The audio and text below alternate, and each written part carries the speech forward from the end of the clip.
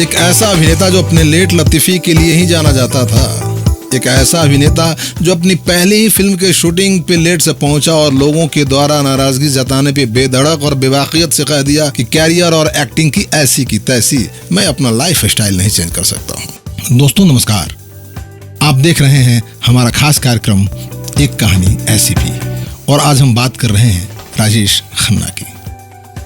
School के दिनों में ही नाटकों में हिस्सा लेने की वजह से जतीन खन्ना यानी राजेश खन्ना अभिनय की बारीकियों को अच्छी तरह समझ चुके थे और उस पर तुर्रा ये कि जिद्दी भी बहुत थे। एक बार जो फैसला कर लिया तो कर लिया।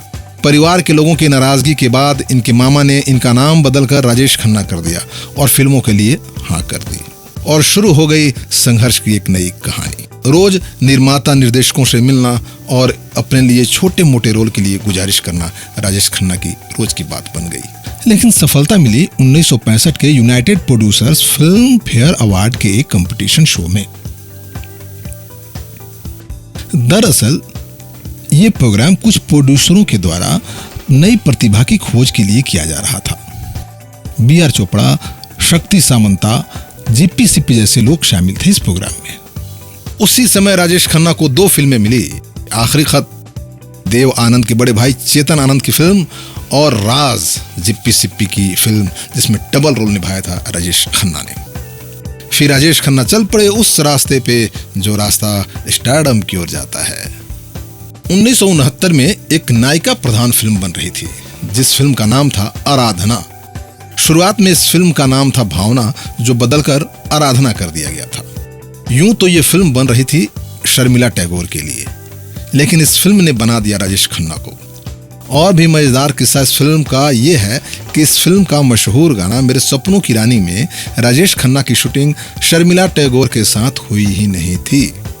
राजेश को दार्जिलिंग में सड़कों पे खुली जीप में अकेला शूट किया गया था और बाद में शर्मिला वाला सीन मिक्स कर दिया गया था। राजेश खन्ना को सुपरहिट बनाने में सिर्फ आराधना ही नहीं, सलीम खान की लिखी हुई हाथी मेरे साथी और कादर खान की लिखी हुई फिल्म रोटी भी अपनी भूमिका खूब निभाई थी। और भी कई फिल्में हैं जो इस सुपरस्टार की झोली में सुपरहिट साबित हुई हैं। लेकिन सफलता हमेशा बनाए रखना बहुत मुश्किल काम है। हुआ भी यही। एंग्री यंग मैन की एंट्री के साथ ही रोमांटिक फिल्मों के दर्शक कम होने लगे। इस बात से राजेश खन्ना परेशान रहने लगे और फिर एक फिल्म आई सौतन।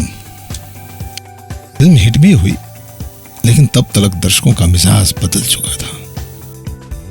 और फिर राजेश खन्ना की ये बात सही लगने लगी कि आज मैं हूं जहां वहां कल कोई और था, ये भी एक दौर है, वो भी एक दौर था। तो दोस्तों दीजिए अब इजाजत, हम फिर मिलेंगे अपने इसी खास कार्यक्रम में, जिस कार्यक्रम का नाम है एक कहानी ऐसी भी।